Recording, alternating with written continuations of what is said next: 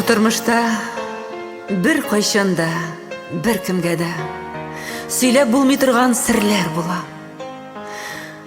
Бер кайчанда, бер кемгә дә бирми торган, үзен генә юга торган кирләр була. Әйтергә тиеш булып та, уйлый торгач, әйтелмичә калган сүзләр була. Гомер буе онытырга тырышып та, онытылмый торган күзләр була. Күзең ак-караны айыра алмый торган, ялгыз җан асраган көннәр була. Үреп, сүтеп, чорнап, бәйләп, уйлап чыккан, таңы атмый торган төннәр була.